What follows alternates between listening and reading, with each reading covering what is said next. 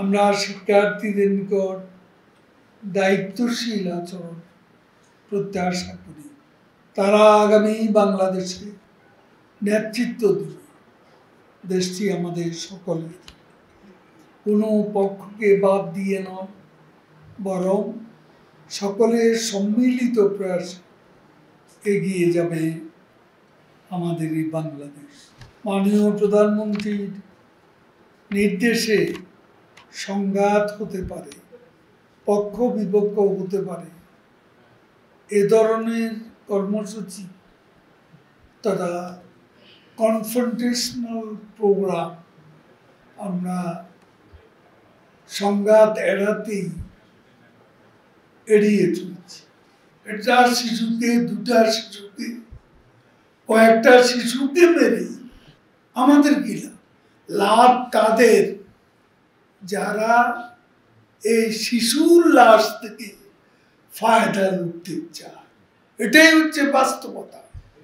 তারপরও আমরা ইউনিসেফকে অনুরোধ করব যে ৩২ জন শিশু হত্যার কথা তারা বলেছে, আমরা সেই ৩২ শিশুর নাম দাম ঠিকানা সহ আমরা জানতে চাই।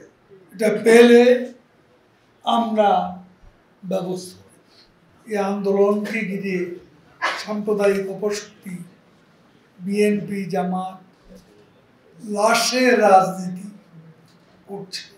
আমি ফখরুল সাহেবকে প্রশ্ন করতে চাই, গতকাল পুলিশ সদস্যকে নিষ্ঠুরভাবে এ হত্যার দায় কার? কারা হবিগঞ্জ জেলা আওয়ামী লীগের কার্যালয়ে হামলা, ভাঙচুর, অগ্নিসংযোগ করল? আওয়ামী লীগের সভাপতির বাড়িতে হামলা চালাল। আমরা নিশ্চিতভাবে বিশ্বাস করি সাধারণ শিক্ষার্থীরা এসব সন্ত্রাস ও সহিংস কর্মকাণ্ডের সঙ্গে জড়িত।